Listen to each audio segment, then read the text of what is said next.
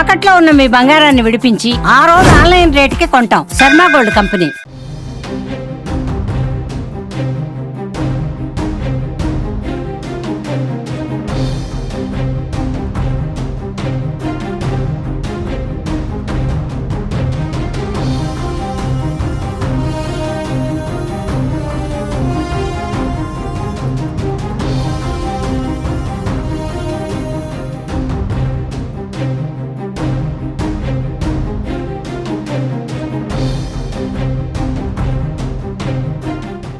సైఫ్ అలీ ఖాన్పై ఎప్పుడు దాడి జరిగింది?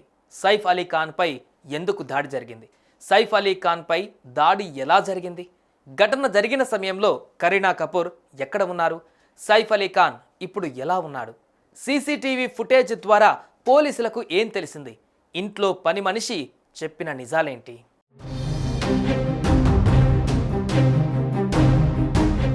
బాలీవుడ్ నటుడు సైఫ్ అలీ ఖాన్ పైన దాడి ఘటన కలకలం రేపుతోంది.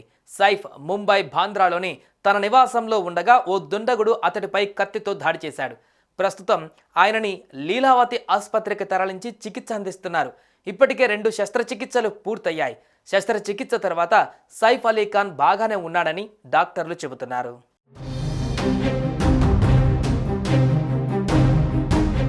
దొంగతనం చేయాలనే ఉద్దేశంతోనే దుండగులు భవనం ఫైర్ ఎస్కేప్ మెట్లపై నుంచి ఇంట్లోకి చొరబడినట్లుగా ప్రాథమిక దర్యాప్తులో తేలిందని పోలీసులు తెలిపారు.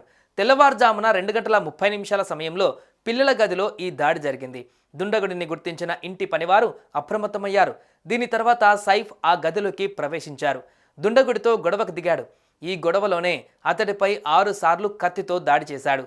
ఈ గొడవలో పని మనిషి చేతికి స్వల్ప గాయమైంది.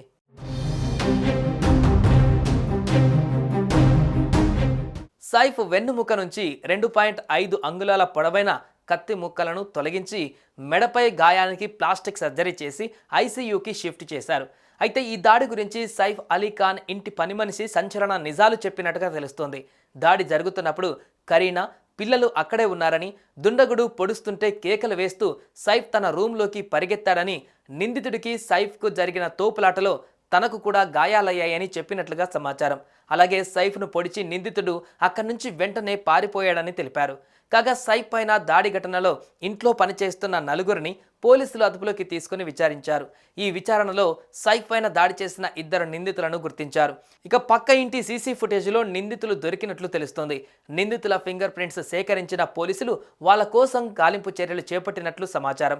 ప్రస్తుతం దుండగుడిని గుర్తించేందుకు పోలీసులు 10 టీంలను ఏర్పాటు చేశారు.